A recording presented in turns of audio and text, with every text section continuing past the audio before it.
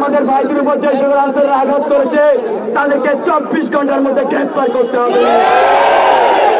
এই ফ্যাসিবাদের দোষরা এখন পর্যন্ত সচিবালয় থেকে রাষ্ট্রীয় যে সকল প্রশাসনিক অবস্থানে আছে তাদেরকে চিহ্নিত করে ক্লিন অপারেশন পরিচালনা করতে হবে।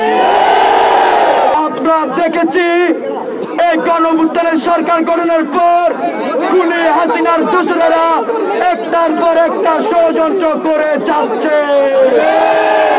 কিছু থেকে কিছু হলে লং মার্চ টু সচিবালয় কি মুখের কথা না, ছাত্র জনতা কি তা মেনে নেবে? এই ষড়যন্ত্রের কি জবাব দিতে প্রস্তুত আছি আমরা।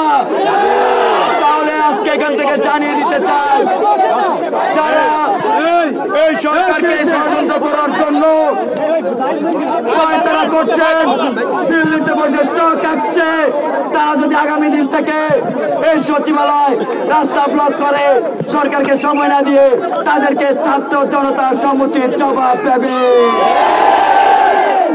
আমরা আমাদের ছাত্ররা আমরা গিয়েছিলাম আমাদের সাথে কথা বলার জন্য, কিন্তু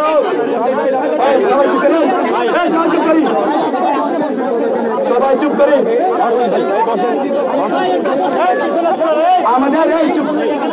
আমাদের ছাত্র জনতার একটি প্রতিনিধি দল আনসারদের সাথে কথা বলতে গিয়েছিল, কিন্তু আমরা দেখেছি তারা কথা না বলে আমাদের ভাইদের উপর আঘাত করে। এখন পর্যন্ত আমাদের 60 শিক্ষার্থী আহত। আমরা কি আহত ভাইদেরকে যারা যে আনসাররা আঘাত করেছে তাদের বিচার চাই? আমাদের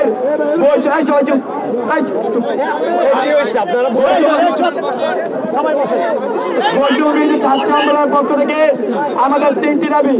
1 নম্বর দাবি, যেসব ভাইয়েরা আহত হয়েছে তাদের সকল চিকিৎসার ব্যয় সরকারকে বহন করতে হবে।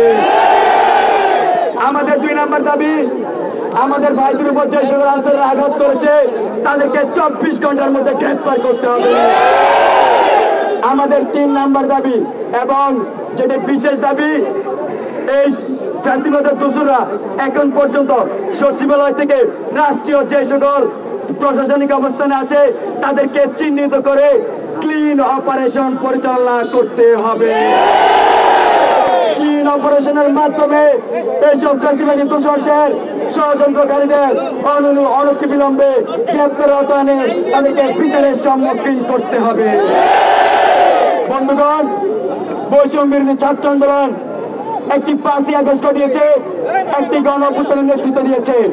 এই বৈষম্য বিরোধী ছাত্র আন্দোলনের হাত ধরে আজকের যে অন্তর্বর্তীকালীন সরকার, সেই সরকারের প্রতি আমাদের আহ্বান থাকবে, আপনারা কোনোভাবে ভয় পাবেন না।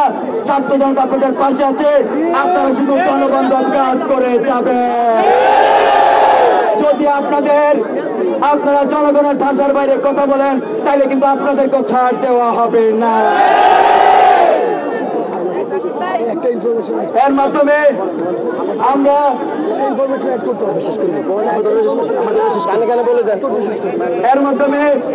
আমরা জানিয়ে চাই, বৈষম্য বিরোধী ছাত্র আন্দোলনের যে ত্রাণ কার্যক্রম চলছে সেটিও চলমান থাকবে।